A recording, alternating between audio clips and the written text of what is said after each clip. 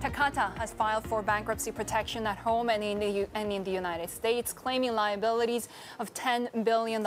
You made the announcement before trading began this morning in Tokyo, saying it hopes to complete the process by the first quarter of next year. It also confirmed the sale of its core business to Key Safety Systems for $1.6 billion, saying it will guarantee future production of its products.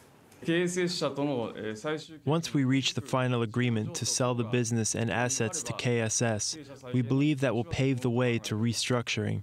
I plan to resign my post at an appropriate time before the transfer of the business and assets are completed. Our customers have already expressed support for the restructuring in order to guarantee a steady supply of our products. Bloomberg's Asia Companies editor Dave McCombs joins us from Tokyo. Dave, whenever a company of this scale goes under, there are lots of, I guess, facets to the story that we have to talk about. You have the customers, you have the car owners, you have the clients, you have the debt holders. Talk to us first. What happens to the company from here on? You know, you're exactly right. There are many stakeholders in many different venues for this kind of bankruptcy.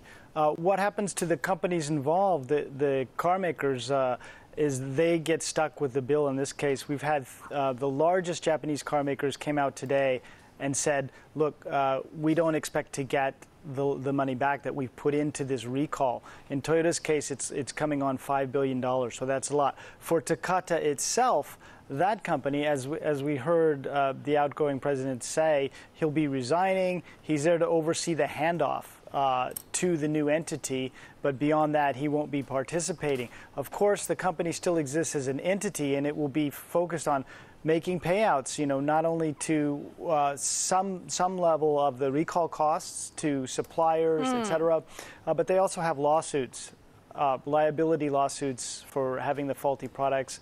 There were more than a dozen people killed by the products, so those costs could be very high, and they'll be battling in court over that. So, Dave, how much of their original investment could Takata's bondholders get back? Well, some of the reporting we've done shows that it could be 20%. This is what some of the investors we've talked with have told us. So it could be 20 cents on the dollar for that debt. You know, that is doesn't come as a shock. This is a company that's been headed for bankruptcy for a long time. And the questions, again, we come back to the complexity. You know, it perhaps could have gone bankrupt much earlier. It would have been much more determined what the payouts would be if there weren't so many various stakeholders and if there weren't the need to keep the company operating so that it continue manufacturing these products that car makers need in order to carry out the recalls. Dave, at this point, I just want to bring something up for our viewers to see. This is our FA function on the Bloomberg when you do go inside Takata shares. And, you know, there's a bunch of numbers here. But I guess just to highlight what we've been talking about all morning, there we go, 230 billion Japanese yen seems to be the outstanding amount here of liabilities, payables, accruals, what have you, to their customers like Toyota and, of course, to the bondholders. Do we know who gets paid first?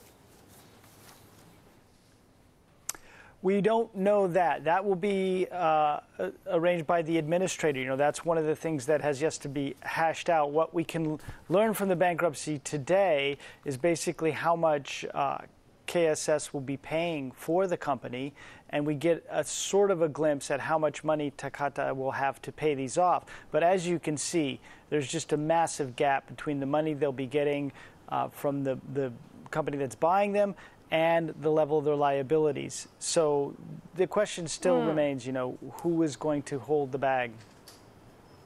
Yeah, so it looks like with the bankruptcy filings now, it may be open for Key Safety Systems to just acquire the company. So what happens to Takata's employees worldwide? What happens to the company? Will there be a huge restructuring there?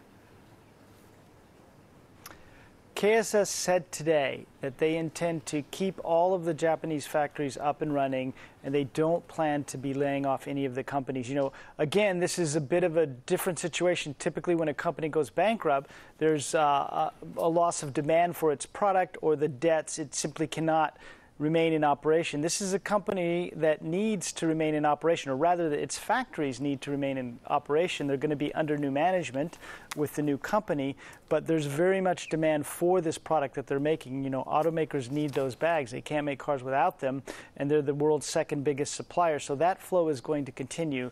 Those workers will remain in place. There's a question about bleeding talent, however. You know, some of the top engineers are moving away from Takata to rivals, so that's a big challenge for them to hold on to those employees.